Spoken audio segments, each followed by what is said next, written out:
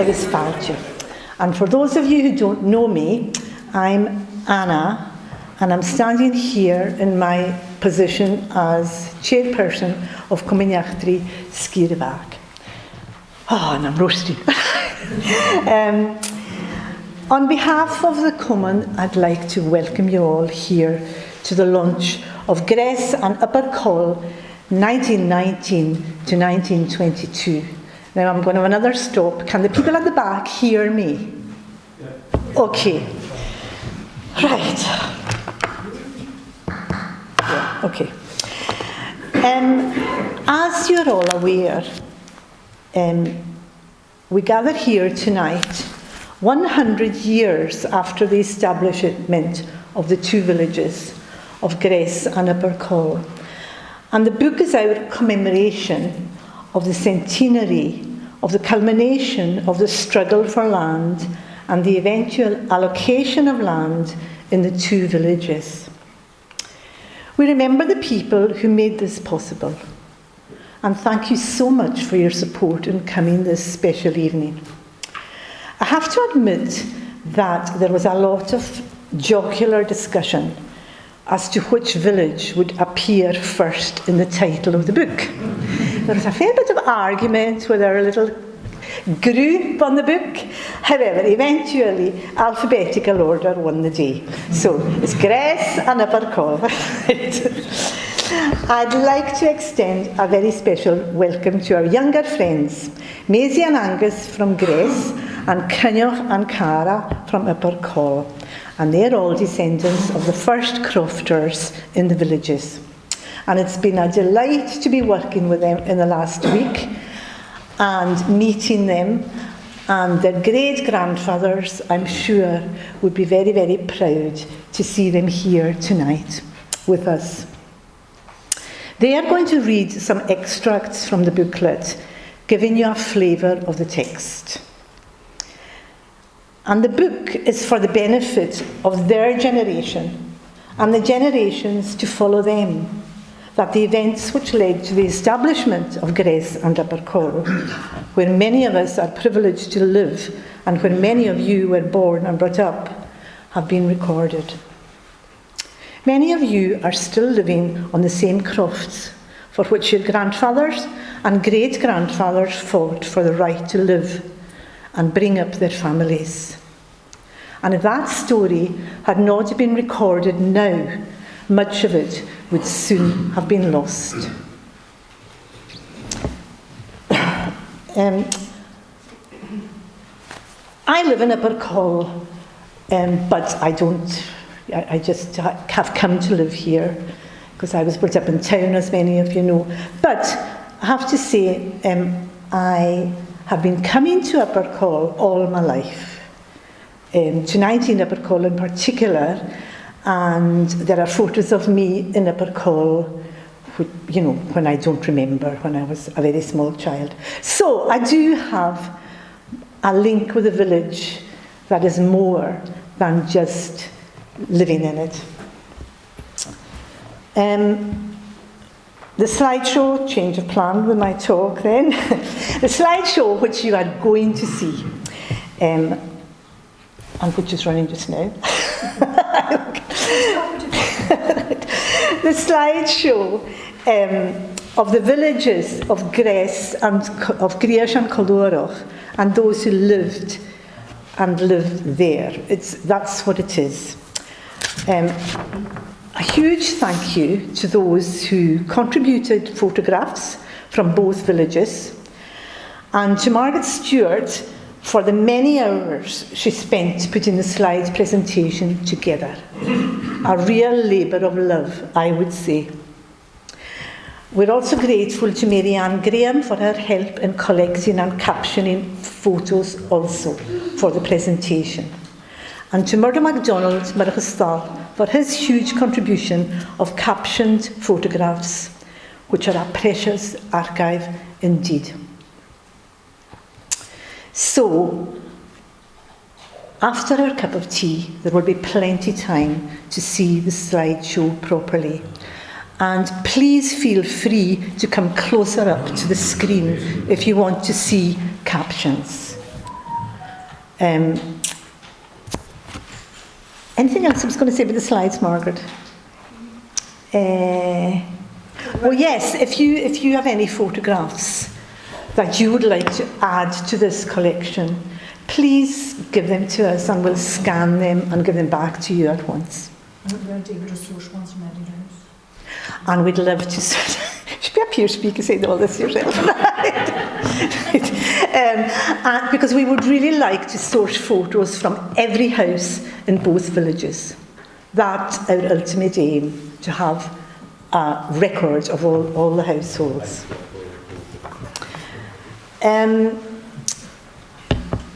I would also like to thank the group who worked on making the commemorative book a reality. Colin, from whom you will hear shortly, Marianne, Murdo, Margaret and Kenny. It's a pleasure also to be in this well-appointed hall for the occasion, nearly well-appointed. And our thanks go to Bhac Free Church for their hospitality and to Donald Stewart, church officer, for all his practical help. It is all so much appreciated. The Comann would also like to thank publicly Lochatua News for their generous donation towards the printing of our book and for their continued support. We hope that you find the book an interesting record. It's written, well, I think it is, in an accessible form, and it's a reference for the future which people can go to. And the story of the struggle of those who fought for the land is one which deserves to be recorded for posterity. And that's all I have to say at the moment. I would like to call now on Colin, who's the main author of the book, to say a few words.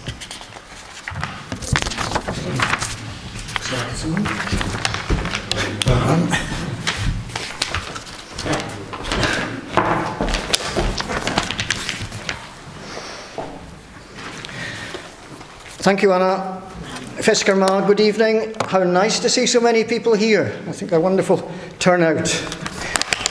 I must say it's with some trepidation that I stand here, as there are many of you who have spent your whole lives here and I'm sure are more knowledgeable about the area than I am.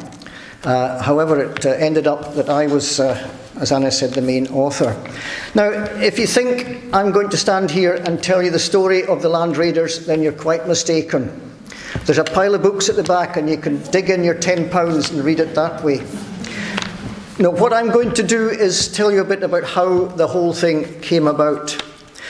Just before that, let's just I'll give you a short summary to set the scene. In 1919, the servicemen were returning from the war and they were wanting land.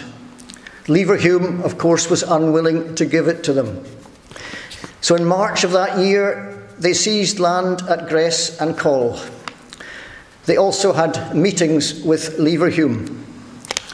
And these meetings continued right through the year with no progress. At the end of the year, I was quite interested to find this, at the end of the year the raiders withdrew. But in 1920, in January, they returned. A month later, Leverhulme laid off the people in the villages who were his workers, and this caused a bit of friction there. In March, some of the raiders were taken to court. We now had a stalemate that continued right through the summer. However, January 1921, there was an agreement that the farms should be split up, but nothing at the time happened. So in April, the raiders returned onto the land. November of that year, the government agreed to take over the farms. The fight was as good as won. And by April 1922, 100 years ago this month, all the new crofts had been allocated and pretty much all of them had been taken up. Right, back to what I was supposed to be doing, which is to tell you a bit about how this book came about.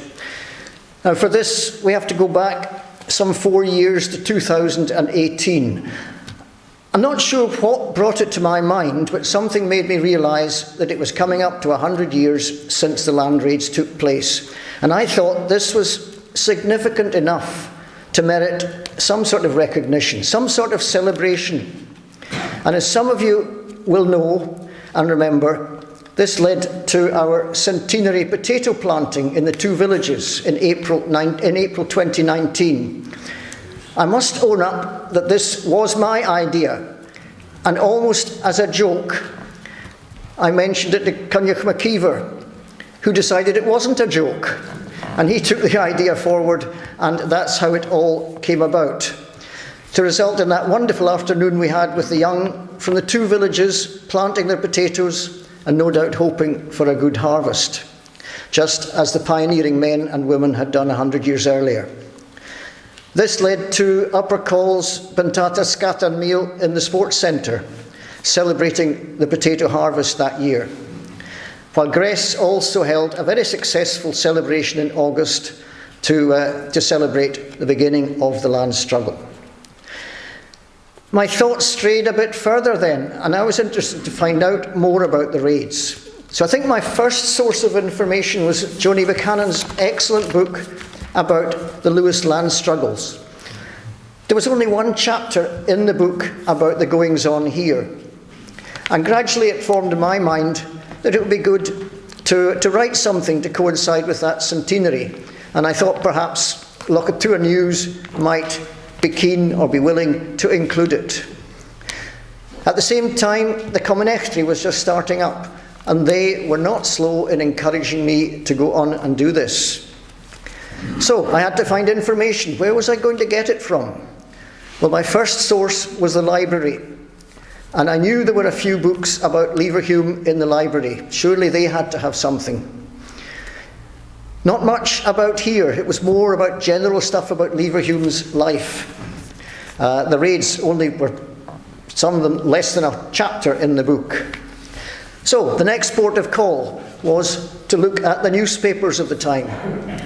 Stornoway Gazette and the Highland News are wonderful sources of information and available to consult in the library. So I was able to wade my way through them and glean what I could.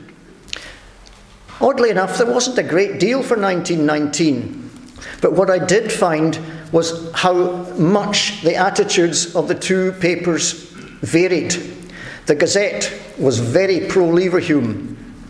It described the scene at Gress as agrarian unrest, while the Highland News took just the opposite point of view.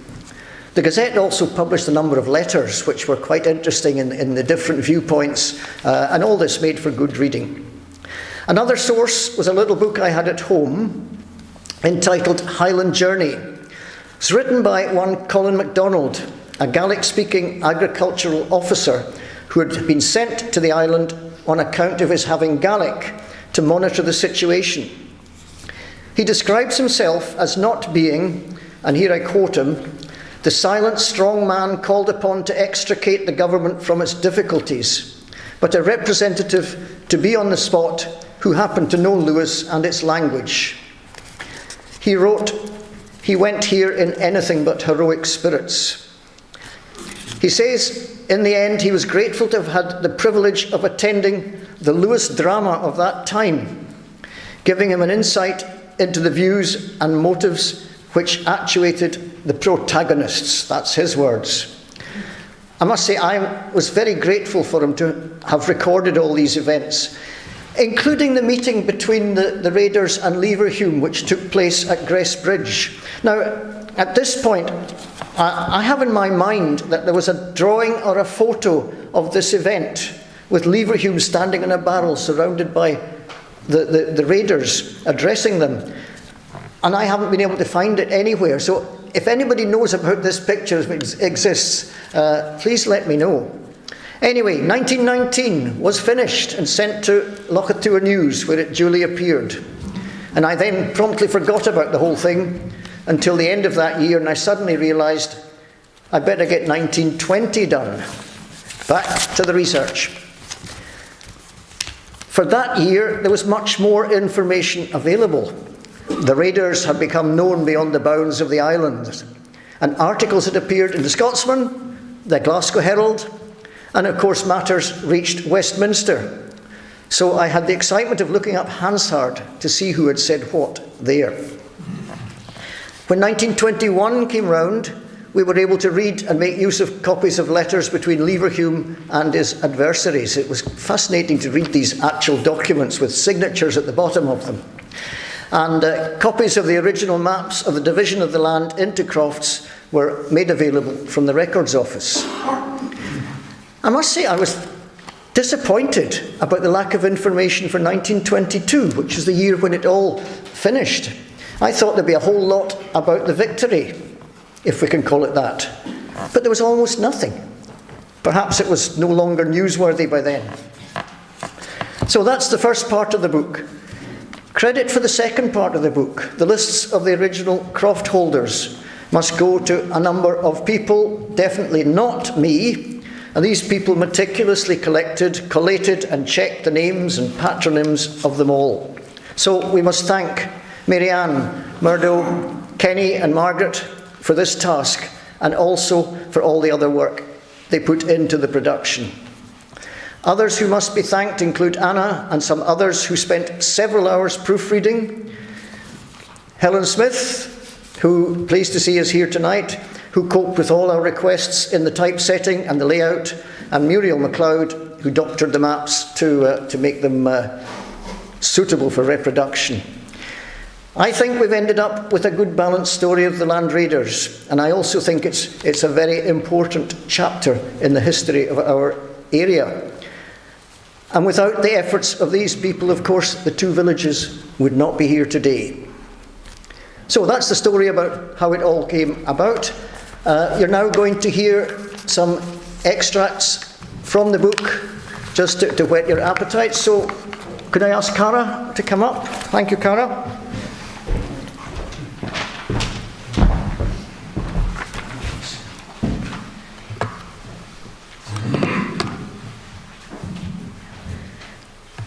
Hi, my name is Cara Graham and I live at 13 Coll. My great-grandfather on my grandpa's side, Mac Ian Ernest Roy, lived on Croft 13. And on my granny's side, my great-great-grandfather, William Cummings, lived on Croft 17, as well as my great-granny, Alekina Beaton, who lived on Croft 18. 1919, the land-hungry men, with their eyes looking towards the farms at Gress and Coll, were becoming frustrated at the lack of movement, and in December took matters into their own hands. On 11th of December, a group of dissatisfied men were organised. The group was headed by Malcolm Martin, 59 Bhac, as president, Murdo Graham, 35 Coll, as chairman, John MacDonald, 11 Bhac, as secretary, and Roderick Murray, 9 Bhac, as treasurer. A letter was written to the Board of Agriculture stating, "We as men who fought for the land urge you to cut out Gress Farm as soon as possible, before spring, so that we can build our houses during the good weather. If the board will not accept our grievances or cut out land before spring, we will take such legal action as it is necessary, as it is our land and taken from our forefathers by bad laws." A letter was also written to the Secretary of State explaining that shortly there is going to be a lawful or illegal action taking regarding Coll Farm, and that the ex-servicemen were determined to take it by force without delay to fulfil the promise granted by the government to demobilise soldiers and sailors. The first raids took place on the 8th of March 1919. At Gress, a group of 10 men, followed shortly after by a further 30, seized part of the farm. They drove off the farmers' sheep and replaced them with their own. Soil was quickly dug over and potatoes were planted. A similar situation was happening at Coll. The police report on the raid stated, "The villagers of Bhac and Coll started cultivating the field to the rear of the farmhouse. Soon lots were being pegged out throughout the farm. Men tilled the soil while women carried creels of seaweed from the shore to fertilise the land."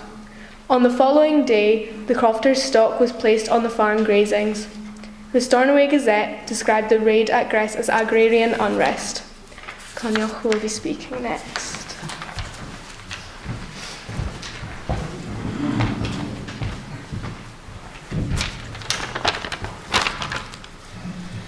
My name is Sgìre. My granddad, Dol P. Graham, was one of the raiders at Upper Coll. A second meeting took place. It was held outdoors at the bridge at Gress. Over 1,000 people, mostly men, but including a fair smattering of women, gathered to hear Lord Leverhulme. Lord Leverhulme walked to the middle of the crowd, which he then addressed from an upturned barrel. The crowd politely listened as he again outlined his proposals for the island, until he was interrupted by an impassionate voice addressing the crowd in Gaelic. This required to be translated for Lord Leverhulme, his interpreter, claiming it was impossible to translate into English what had so forcibly been said, then proceeded to do his best. Come, come, men, this will not do. This honey-mouthed man will have us believe that black is white and white is black. We are not concerned with his fancied dreams that may or may not come true. What we want is the land, and the question I put to him now is, will you give us the land? This all brought forth cheering, but Leverhulme then sharply replied, you have asked a straight question, and I like a straight answer, and my answer to your question is no. I am not prepared to give you land. This led to further passionate speaking, with one crofter fisherman concluding his eloquent speech with the well-remembered words, Lord Leverhulme, you have bought this land, but you have not bought us. Angus is going to do the next thing.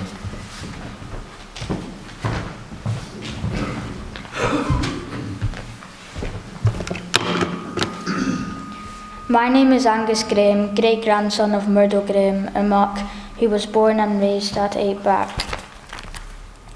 The stalemate continued through the summer. In May, the raiders sent a letter to the Board of Agriculture.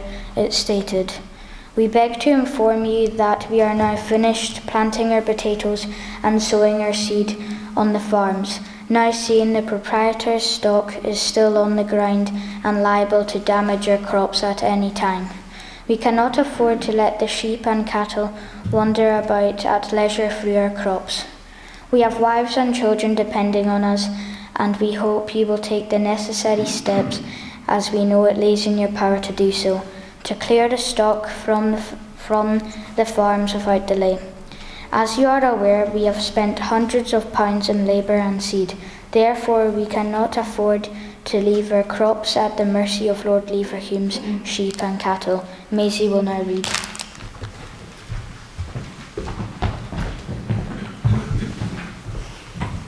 My name is Maisie Murray and my granny is Catherine Rose Murray, 13 Gress, and my great-great-grandfather was Hector Macmillan, 6 Gress.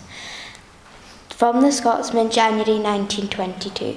The landless ex-servicemen who have for years past been clamouring for holdings on Coll and Gress farms, Lewis, have now, I am able to state, been informed by their agent, Mr. Donald Shaw, SSC, that he is assured that the division of these farms will within time to enable the new holders to lay down crops this spring. This announcement has been received with great satisfaction in the Bhac district of Lewis, where considerable congestion prevails, and it brings to a close the land agitation there. Just over 3 years had elapsed since the land-seeking men had first set foot on the 2 farms at Upper Coll and Gress. In the intervening time they had steadfastly fought Lord Leverhulme.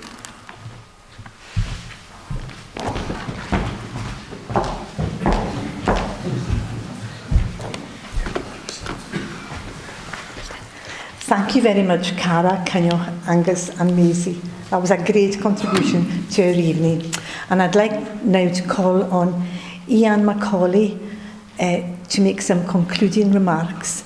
And congratulations to Ian on his recent appointment of being Lord Lieutenant of the Western Isles. Ian, thank you.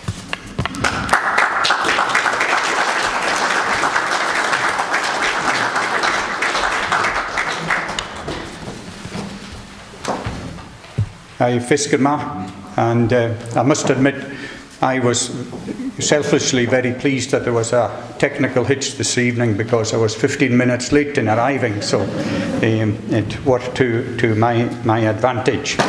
Well, Fiscal Mar Harston, ladies and gentlemen, thank you very much for inviting me, an adopted Bhac of 25 years now, to speak at your book launch this evening.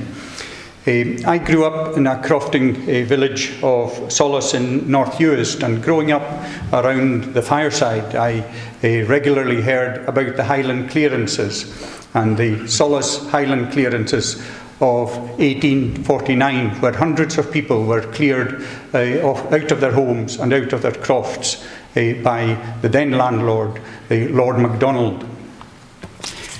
That was 1849, so over 170 years ago.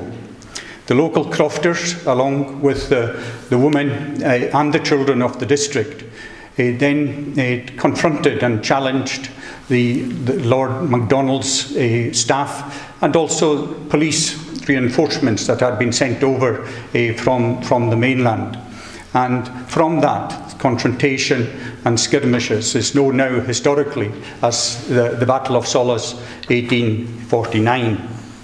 4 crofters at that time were jailed to Inverness for 4 months for what they were doing, for their actions in defending their property and defending their lands and trying to protect their families. And it took another 50 years before Solace was returned to crofting, when under the ownership of a new landlord, the Board of Agriculture was able to buy the land and allocate as crofts. And indeed, that was in 1899. And like in Gress and in Upper Coll, cairns have been erected in Grenatoad and in Solace to mark these historical events. And it was at that time, in 1899, that my great-grandmother left Sgìre, Marion Macaulay, left Sgìre, the Monach Isles, and moved to take tenancy at number 11 Solace. To be successful and confident as a community, it is very important that we understand our history and we know and understand our past. And that is where commemorate Sgìre Bhac has just done that with the publication of this booklet, because for future generations it's a record. It's a record that is for 100 years, and hopefully that will be built on in the years to come. So thank you to everyone. I know a number of people have been thanked at various stages this evening. So it's my duty in closing remarks to say thank you especially, I think, to commemorate Sgìre Bhac for their hard work, their dedication in pulling this great booklet together. But in particular, a huge thank you to Colin Tucker, researcher and author of the book. So thank you, Colin, for achieving what, as you give the background there to what is now a very highly valued publication for the district.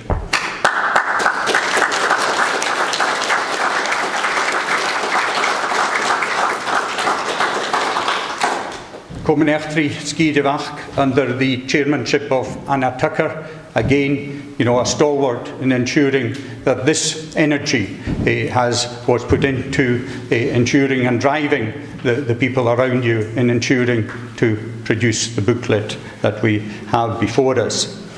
Also supported very ably with Margaret Stewart, Mary Ann Graham, Murdo, Cloudy MacLeod and Kenny Garth McKeever.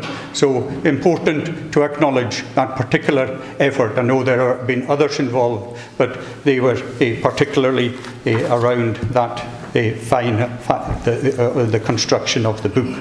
Cara Graham, Angus Graham, Macy Murray and Cynnych Stewart, thank you for your contribution this evening, and because you're the next generation, and it is important that you know the history of the district and how it came about, and that you're able in years to come to pass it on to future generations, and also to be extremely proud of the raiders, now the crofters, your ancestors, and important that we acknowledge their bravery and their resilience in making the raids in the first place, and having that commitment to look to the future. And Gress and Upper Coll would be very different today if they hadn't taken these steps 100 years ago. And finally, a big thank you to Lochit Tua News for the work it does for the community year in, year out, and all of you for coming this evening, for your interest and for your attendance this evening.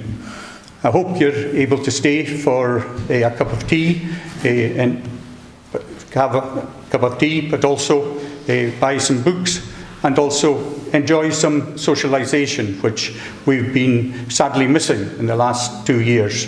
More and thank you.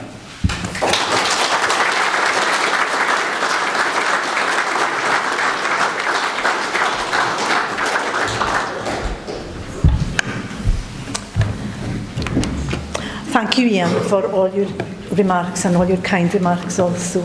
We've now come to the end of the formal proceedings of the evening, and there's tea, coffee, baking, juice, and of course the slideshow will be running from now on all evening.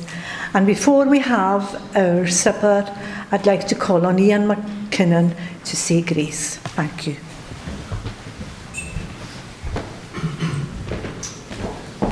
Ye grasfar Commission thank our Genam Shaw and William Yeni Victoria Comann Highland Shaw. Thank you, Lord, that we can gather together at this time, and we thank you for giving the individuals who have been involved in all the work concerned here the initiative and the ability to do all the things they've done. And now at this point, as we bring the whole matter to a formal beginning, as it were, and also a formal ending for the actual work of the book, we express our thanks to you for all the goodness to us. Now at this time, we ask you to bless the things that have been prepared for us. The the time, Seri growing that crucian, Agus Maya Pechtian, the Scarfios. Amen. So help yourselves. Tea, coffee, cakes,